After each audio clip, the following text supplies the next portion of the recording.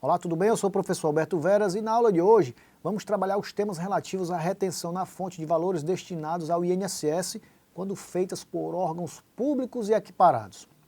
Em relação às hipóteses de incidência, não há uma grande diferença quando uma empresa presta serviço para um órgão ou para uma entidade da administração pública.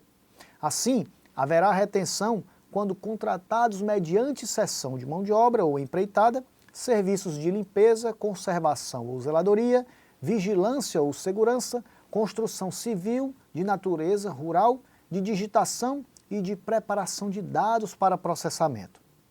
A administração pública estará dispensada da retenção nos casos em que o valor de 11% contido no documento fiscal for inferior a R$ 10 e quando, cumulativamente, a contratada não possuir empregados, o serviço for prestado pelo titular ou sócio e o seu faturamento do mês anterior for igual ou inferior a 2 vezes o limite máximo do salário de contribuição, quando a contratação envolve serviços profissionais relativos ao exercício profissional regulamentado por lei federal ou serviços de treinamento e ensino prestados pessoalmente pelos sócios sem a presença de empregados ou outros contribuintes individuais. O recolhimento será feito por meio da Guia de Previdência Social, a GPS, com dados informados pelo tomador do serviço.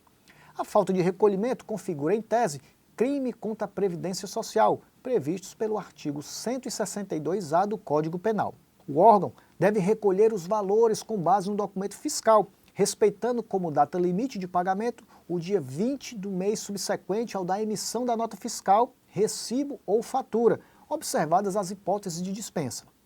Não se aplica a retenção previdenciária aos órgãos públicos, autarquias e fundações de direito público, quando contratantes de mão de obra de construção civil nas modalidades empreitada total ou parcial.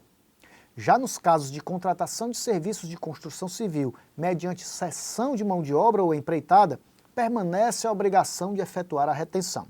Agora fiquem atentos, não se aplica a responsabilidade solidária aos órgãos da administração direta, autarquias e fundações de direito público nas seguintes hipóteses.